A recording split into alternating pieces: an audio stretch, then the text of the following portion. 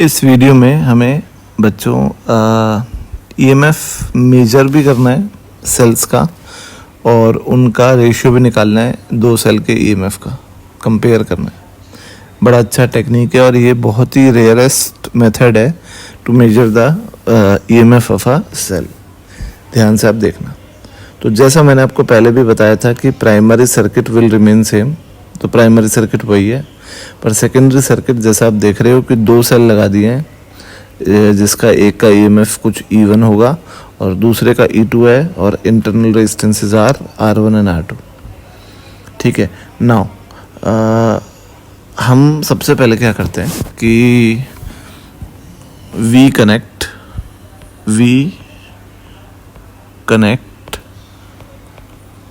Terminals 1 and 3, 1 और 3 को connect किया and we find balancing length. 1 और 3 को कनेक्ट करके बैलेंसिंग लेंथ निकालते हैं। तो बैलेंसिंग लेंथ में जो गैल्वेनोमीटर का करंट होता है वो ज़ीरो हो जाता है। तो मान लेते हैं कि बैलेंसिंग लेंथ अभी हमें कितनी मिली, L1।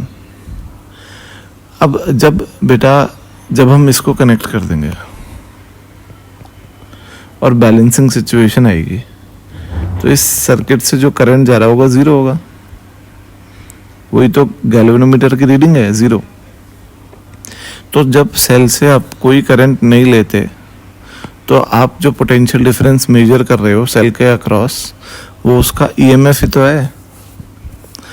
तो अगर ये पॉइंट C है और ये पॉइंट 3 है तो VA minus VC is equal to VA minus V3। ठीक है ना। तो VA माइनस VC होगा KL1, मान लो L1 बैलेंसिंग लेंथ आई, और VA माइनस V3 होगा ईएमएफ सेल का E1। तो फर्स्ट इक्वेशन आ गई, E1 is equal to KL1। तो ये आपने मेजर कर लिया फर्स्ट वाले सेल का ईएमएफ। इसमें फर्स्ट वाले सेल के इंटरनल रेजिस्टेंस का कोई रोल नहीं होगा क्योंकि उस सेल से करंट जो एक्सचेंज हो रहा है वो ज़ीरो है। Now we connect terminals 3 and 2, 3 और 2 को कनेक्ट किया and we find balancing length, है ना। तो वो मान लो L2 आई, तो E2 किसके बराबर आएगा, KL2, second equation. Now E1 upon E2 will be equal to L1 upon L2। L1 L2 हमने नापे और ये हमने सेल्स के ईएमएफ का कंपैरिजन भी कर लिया और उनको निकाल भी लिया। ठीक है बच्चों। तो ये था एप्लीकेशन और ये तीन एप्लीकेशन इंपॉर्टेंट बता रहा हूँ मैं। एक मैंने पहले बता दी, एक ये बताई है और एक आगे बताऊँगा।